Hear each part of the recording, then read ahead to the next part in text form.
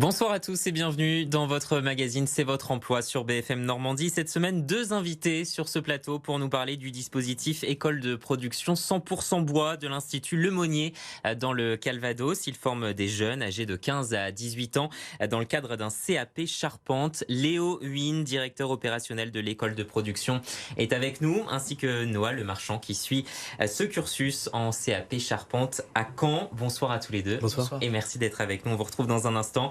Comme chaque mercredi, Joël Nadal est à mes côtés. Bonsoir Joël. Bonsoir Bastien. Ce soir, tu nous parleras d'emploi dans la charpente, justement.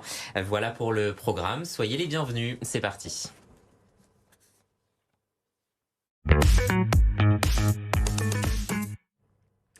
Léo Huynh, vous êtes donc directeur opérationnel de l'école de production 100% bois de cet institut Lemonnier. D'abord, en quoi consiste ce CAP charpente à Caen ? Alors, déjà, l'école de production 100% bois de l'Institut Lemonnier, c'est 3 ans à peu près que ça existe. On forme des jeunes au CAP charpente, des jeunes de 15 à 18 ans, comme vous l'avez dit, qui ont plutôt un parcours pas adapté au cursus classique. Ensuite... C'est un diplôme en 2 ans, donc ? Exactement, donc ils font une formation sur 2 ans. On les prépare donc au monde de l'entreprise parce qu'en fait ils sont 2 tiers du temps en atelier et 1 tiers du temps en enseignement général. L'objectif étant vraiment de les former au mieux au monde de l'entreprise. Est-ce que vous pouvez nous parler justement du contenu de ce CAP charpente ? Alors, on les prépare à toutes les bases en fait de la charpente, donc aussi bien au traçage, au taillage des arrêtiers, des fermes. On les prépare aussi à l'utilisation des machines. Donc, par exemple, en machine portative, on va avoir des mortaiseuses, des scies circulaires. On les prépare à tout ça. Et puis aussi aux machines fixes, telles que les raboteuses, les dégauchisseuses. Voilà. D'accord. Vous avez beaucoup de machines, je crois, au sein du parc Oui, on a au moins entre 20 et 30 machines en statique, et puis en portative, on doit être une quinzaine. D'accord. Et le savoir-être, c'est important pour la formation, en fait ? En fait, le savoir-être, il l'acquiert parce que comme on va en chantier, le principe de l'école de production, c'est qu'ils travaillent pour des vrais clients. Les élèves travaillent pour des vrais clients. Les ouvrages sont pour les vrais clients. Donc, ils rencontrent les clients quand on va en chantier. Et donc forcément, ça développe leur savoir-être, leur savoir-vivre. C'est très formateur, quoi. Exactement. Du coup, après ce CAP charpente, quelle peut être la poursuite d'études en fait pour un jeune qui aurait intégré cette formation ? Alors, CAP charpente, donc ils peuvent très bien bifurquer sur un autre CAP, tel que menuiserie ou d'autres cursus. Ils peuvent aller sur un bac pro menuiserie ou BP charpente ou bac pro charpente. Voilà, ils peuvent très bien faire plein de choses. Ou alors aussi très bien rentrer sur le monde du travail. Parce que du coup, le CAP en école de production les forme au monde de l'entreprise. Combien elle coûte cette formation aux étudiants et comment elle est financée en règle générale ? Alors, le principe de l'école de production 100% bois, c'est que nous travaillons pour des vrais clients, nous dégageons donc du chiffre d'affaires.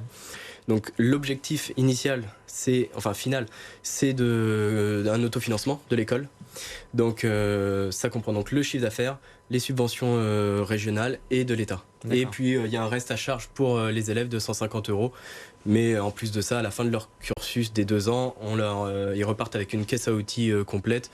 Donc voilà, c'est quelque chose d'une valeur supérieure à 150 €. Noah Le Marchand, vous avez donc suivi ce cursus CAP charpente. D'abord, pourquoi est-ce que vous avez choisi cette formation au sein de l'école de production ? J'ai choisi cette formation car j'ai fait un stage en 3e en charpente qui m'a beaucoup plu.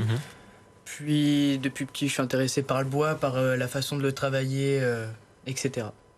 Donc ça vous a amené à postuler. Ça se passe comment d'ailleurs pour rentrer dans cette école ? Faut postuler.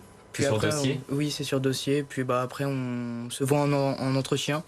Puis c'est pas du tout basé sur les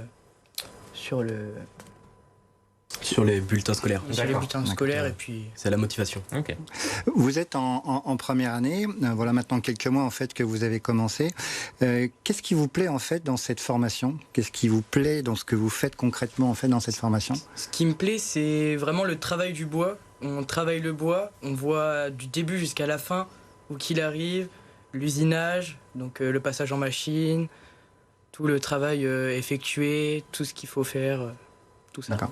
Et du coup, est-ce qu'il y a une entraide entre les élèves? Oui, Comment ça bien se passe sûr, en bah fait? oui. On s'entraide beaucoup. Dès que quelqu'un a oublié quelque chose, on lui rappelle pour s'entraider et évoluer Et dans de meilleures avancer conditions. ensemble? D'accord. Exactement. Vous avez participé avec vos camarades en fait dernièrement à un chantier du marché de Noël de Caen. Est-ce que vous pouvez nous en parler justement? Oui, donc ce marché, c'est un marché qui a été effectué en 2 semaines.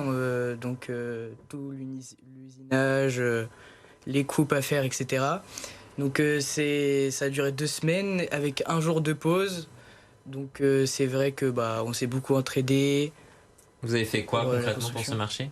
Donc on a fait un sapin de Noël fait totalement en bois sur un socle en fer. Ouais, on le voit à Euh, l'antenne. D'accord. Avec des 3 tables couvertes pour s'alimenter, s'asseoir, puis voilà. Quel conseil est-ce que vous pourriez donner, vous, à d'autres jeunes qui sont tentés, qui aimeraient suivre aussi cette voie? S'ils sont tentés par cette voie, je leur conseille vraiment de venir à Lemonnier ou dans n'importe quelle école de production parce que c'est vraiment une bonne façon d'apprendre et je trouve ça vraiment passionnant. Parce qu'on devient autonome très vite aussi dans le travail. Oui. Et C'est- on se rend compte vraiment qu'on est capable de faire vraiment quelque chose à partir de rien. Léowyn, l'école de production 100% bois fait partie donc de l'Institut Lemonnier. En règle générale, cet institut, il est composé d'autres formations. Alors l'Institut Aumônier, c'est un établissement qui, dans peu de temps, va fêter ses 100 ans. C'est à peu près 1500 élèves, un internat. On a le lycée agricole, le lycée professionnel, le lycée général et technologique. Ça part de la 4e jusqu'à la licence. Il y a plusieurs filières. Il y a énormément de filières, donc en général par exemple on va avoir évidemment la filière du bois, mais l'automobile, l'électronique, l'électricité, énormément de choses. En agricole pareil, donc paysagiste, maintenance du matériel, voilà, il y a énormément de filières. Et combien d'élèves au total? 1500 environ. Ouais, c'est un gros Ouais, c'est un établissement. gros institut. Est-ce qu'on a encore des questions, Joël? On a encore un peu de temps. Oui, je voudrais savoir, vous nous parliez tout à l'heure de ce qu'il fallait être en fait quand on suit la formation. Est-ce qu'il y a besoin d'avoir une condition physique? Est-ce qu'il y a des choses comme ça qui sont intéressantes et nécessaires en fait quand on suit cette formation? Oui, bien sûr, il faut être quand même un minimum carré physiquement parce que ça demande beaucoup de physique quand même. Et puis il faut être quand même assez acharné parce que des Oui. fois ça peut être long. Et D'accord, beaucoup oui, donc il d'erreurs. faut être persévérant. D'ailleurs, vous le disiez, sur le marché de Noël, c'est un atelier, un chantier de 2 semaines à peu près. Donc effectivement, c'est long. Donc il faut être persévérant. Je suppose aussi avoir Oui. ce côté persévérant en fait. Oui, et avoir aussi beaucoup d'organisation. Et vous aimeriez travailler où plus tard, dans quelques années? Plus tard, le maximum, ça serait ouvrir ma boîte de charpente. Ouais, Ça pourrait être intéressant. devenir son propre patron. Exactement. Merci à tous les deux de nous avoir merci. parlé Merci. de cette formation de CAP Charpente dans le Calvados. Vous restez avec nous. On passe tout de suite à l'info emploi de cette émission.